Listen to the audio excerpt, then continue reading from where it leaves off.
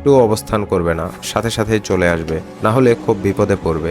আমি সবকিছু মনোযোগ দিয়ে শুনে বিদায় নিয়ে চলে আসলাম। দুপুরে রওনা দিলাম সজীবের বাসায়। রাতে পৌঁছাবার পর সব কথা খুলে বললাম, কিন্তু খালু আমার কথা কোনোভাবেই মানতে চাইলেন না। তখন আমার কথা শুনে খালু বললেন, আমার ভাই আর ভাবি এতটা খারাপ হতে পারে না। তখন খালা বললেন, আগামীকাল গেলেই সবকিছু প্রমাণ হয়ে যাবে। পরের দিন আমি আর সজীব দুজনে বিকেলে পৌঁছে গেলাম সজীবের দাদু বাড়ি। আমাদেরকে সজীবের চাচাতো ভাই দেখে বলল, আরে তোমরা কখন এলে? একবারও জানালে না তো তোমরা যে আসছো। সজীব বলল, সারপ্রাইজ দিলাম। এই হলো আমার খালাতো ভাই আলামিন।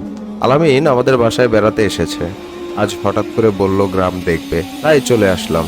তখন সজীবের চাচা এলো, গলা ভার করে বলল, কেমন আছো? সজীব বলল, আলহামদুলিল্লাহ ভালো।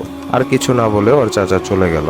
আমার খুব ইচ্ছে হচ্ছিল সজীবের ডাইনি চাচিটাকে দেখতে, কিন্তু তিনি একবারও আমাদের সামনে এসে দেখা করলেন না।